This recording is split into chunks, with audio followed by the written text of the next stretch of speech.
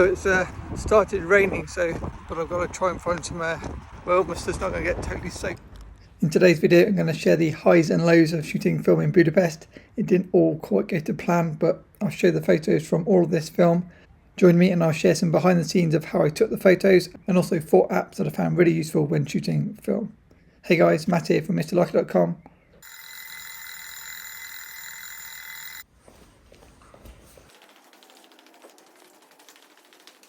Morning guys, hello from Budapest. So I set my alarm to be out before sunrise, hoping I might catch some sun, but sadly it was looking pretty overcast and a bit gloomy. And this is the first thing that caught my eye, these old carts with the bridge in the background. I was waiting to see what the weather conditions were like before loading my film, but it was definitely going to be a black and white film day. I pulled out the back ready to load up, and this is a back that I've not used for a while. It gives me 6 exposures on a 6x12 back. I noticed I'm going to have one huge problem. Disaster, there's no spare sprocket, so I had to take the tough decision to sacrifice a colour roll, which would then allow me to shoot with black and white film. So it's started raining, so the background looks amazing, but I've got to try and find somewhere where almost it's not going to get totally soaked, otherwise it's going to be quite difficult to keep the rain off the lens and stuff. So I'm going to move a bit further forward and then try and find somewhere with a bit of cover. That's the plan.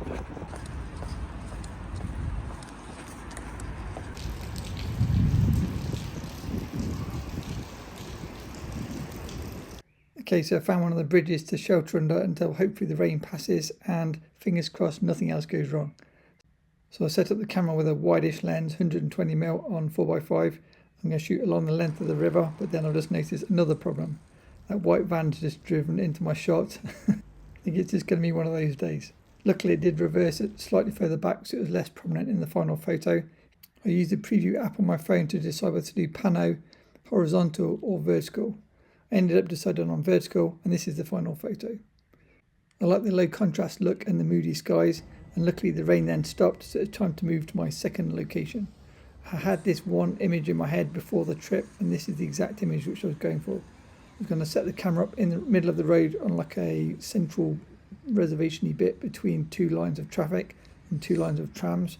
I was going to use a long lens to give compression, which is 300mm in this example. The plan was to pre-focus on the Pelican crossing, so I knew that the tram would stop if the lights turned red, and that would allow me to be fast enough with a 4x5 camera. What I really needed was an app to allow me to help preview my shots in advance so I could set up my framing. For that I use the Viewfinder app.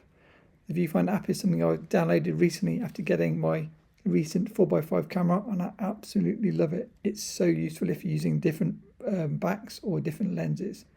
So I was using a 6x12 back first, and I was using either a 120mm lens or 300mm lens.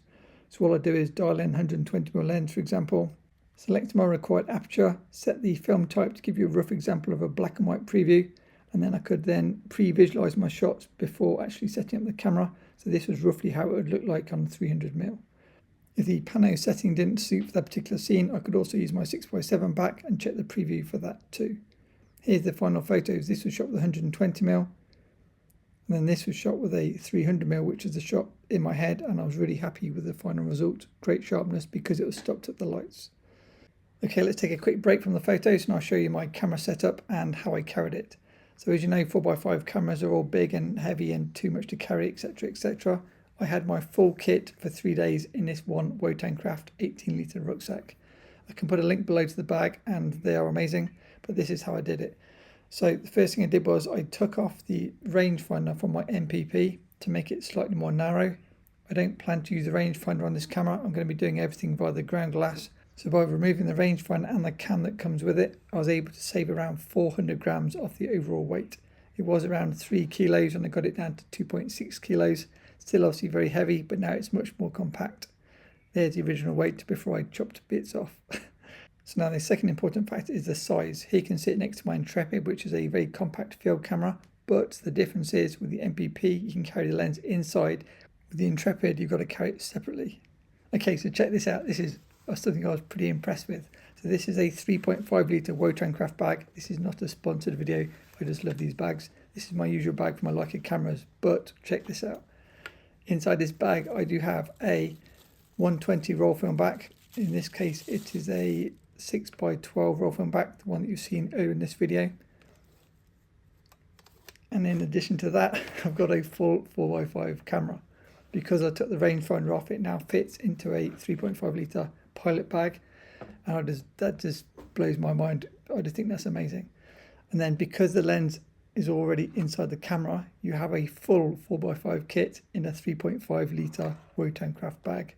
Obviously you'll carry your tripod separately, but I walk with my tripod anyway, so I think this is pretty cool. It kind of defies the laws of what normally is expected with 4x5 cameras. For completeness, it's worth noting that the Intrepid is still much lighter at only 1 kilo for the old version. Okay, let's get back to the photos. If you've ever visited Budapest, one of my favourite places to visit is Gellert Hill, which gives you a great view across the whole city. I normally run up there in the mornings, and whether it's with cameras or without cameras. This is the first time I've ever been where the tree's in blossom, so it gave that extra kind of detail and kind of beauty. My plan was to use it as a foreground element and then use that to frame the bridges and the city in the background down below. Here's a preview with the phone app. And then here's the first photo shot with a 6x7 back on Kodak Tri-X film. I just love the amount of detail you capture with these bigger cameras. Here's another 6x7 shot. And then for this photo, I tilted the plane of focus so the blossom was in focus, but the bridge was out of focus. Okay, for the next shot, I moved to the opposite side of the tree to try some different compositions. For the next photos, I've switched my 300mm lens to give me a bit more compression.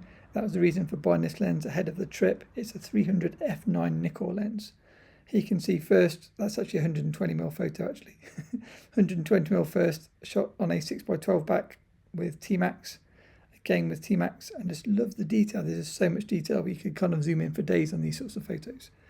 For the next picture, I wanted to do a close-up of the cherry blossom, I think it is, with the 300mm lens. So I was using like full extension with the triple rail design similar to Linhof cameras. And this is the results that I got. I didn't close the dark slide fully, so I got a light leak, but even so much detail.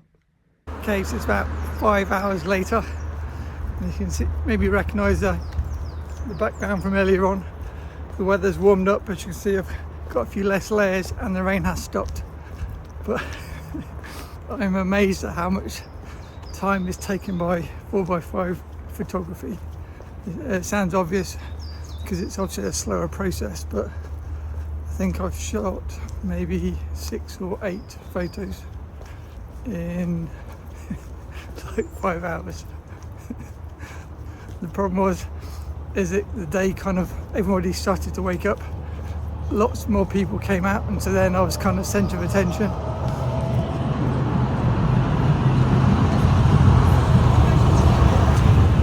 So it's a bit weird. Everybody going, ooh, cool camera, ooh, what is this? La, la, la. So yeah, that might take some getting used to.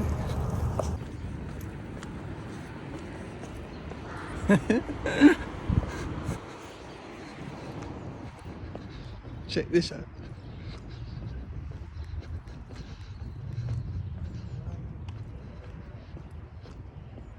Whoa.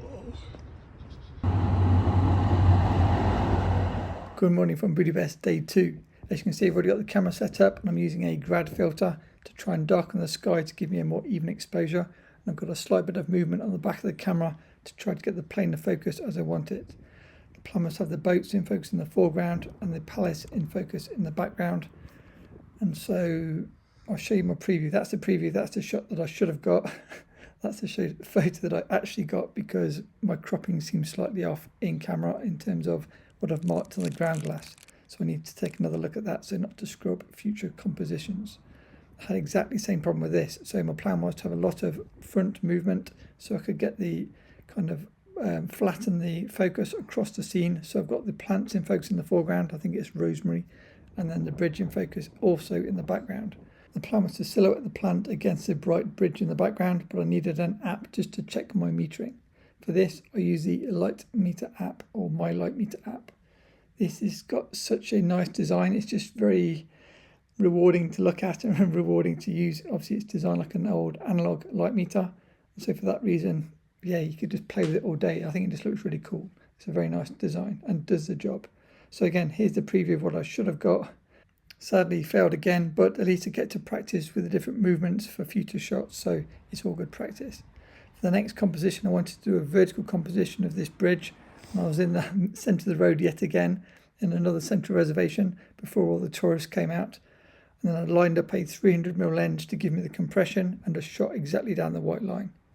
Now for this photo, I'm using loads of movement, so it's probably my most complicated shot of the trip in terms of having the camera squibbling it at like a really strange angle. So the plan was to have the focus on both the locks in the foreground and the building in the background. So here's my preview, just a standard bridge preview, and that's just a basic bridge shot. I think I did turn the plane of focus along the bridge to give me more depth. And then here's my locks in focus and the building behind in focus, which I think is pretty cool what you can do with these big old large format cameras. Okay, as you can see, I was also using the large format camera for photo shoots. So this is obviously slightly more difficult because you've got to ask the model to stay still for a bit of a period. So I asked her to stay still, so by asking her to lean on the windowsill, hopefully she won't move too much. And then, yeah, I probably had a 50% hit rate in terms of whether she moved or not. Here you can see me using a 6x7 back, so it's quicker to use because I don't need to take the ground glass off. Here's some photos. Again, my cropping is wrong on the markings on the ground glass, so I need to fix that for future. It was cropping too close to the top of her head. Here's some 6x12s in vertical just to try it out.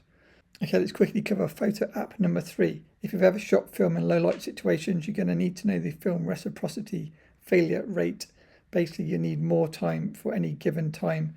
This app is brilliant. You dial in your film choice that you're using, how much time your light meter says it's going to take, and that will tell you how much time you actually need to give based on the reciprocity failure. It depends on film stock to film stock, but basically the longer the time, the more time you have to add for reciprocity failure. Okay, here you can see me using the camera with Mimi. If you want to see the digital photos from this shoot, see my last video. With a bit of practice, you can actually start shooting these cameras pretty quick. It's just the time you need to put the film in and get it to hold still while you take the shot. I normally use that time to fine-tune my pose before clicking the shutter. I did have a problem where my dark slide wouldn't go back in on many occasions, so if you've had that issue before, let me know in the comments below on how to fix it. Because that kept jamming up, that put that camera out of action, so I did also have a vintage Voigtlander Perkeo 2 camera with me, so I use that instead. Sadly, this doesn't have a rangefinder, so I was having to scale focus all of these pictures, but absolutely love this one in particular. I'll probably put that in a book one day. Okay, bonus tip. If you notice at the start, I had mostly black and white film, but I had one roll of colour. So here's the trick. If you ever completely mess up your exposure on a colour roll of film, C41, you can develop it in black and white chemistry. So I shot this film at probably 200, but I needed to shoot it at ISO 50 because it's expired. So I developed it in 1:100 black and white Rodinol chemicals, and here are the results.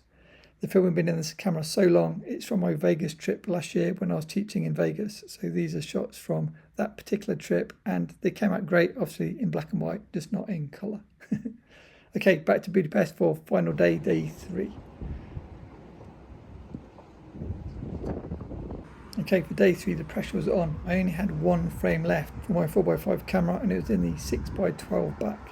So my plan was to climb back up Gellert Hill and then do a vertical pano shot of this bridge, and then try and do a slow motion to try to blur the traffic, and then obviously have the bridge crisp. There's the place that I've got to climb up to. So if you don't mind climbing up lots of steps, you'll love this hill. If not, maybe avoid it. Okay, how long does it take to set up a 4x5 camera? Let's speed up the footage and let's find out. If you're wondering, I'm using a carbon tripod with a lightweight ball head. I couldn't take my gear head because it's just too big and too heavy. I much prefer the gear head for the precision. I use a K&F Concepts gear head if you're wondering. But yeah, as I say, I have to use a ball head in this situation just purely because of the size of what I could carry on my flight. Okay, camera set up. Now I need to take my coat off. I'm going to use my coat as a dark cloth because I didn't carry an additional dark cloth to save space and weight in my bag. Good morning from Budapest. So this is too loose, so I'm going to use this.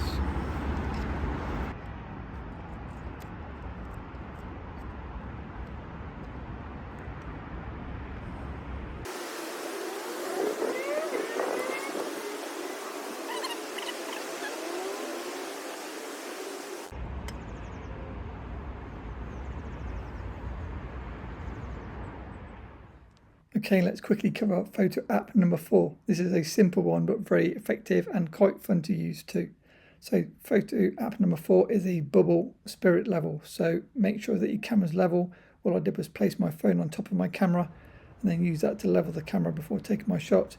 Obviously sometimes you need to tilt your camera forward depending on your composition, etc. But so simple if you don't have a spirit level built into your camera or top of your tripod where it's easy to see with the camera attached.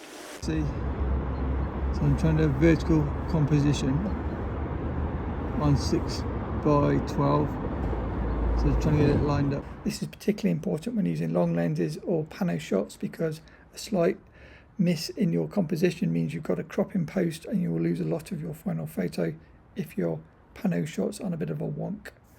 Okay, so for this, as mentioned, I'm doing a vertical composition.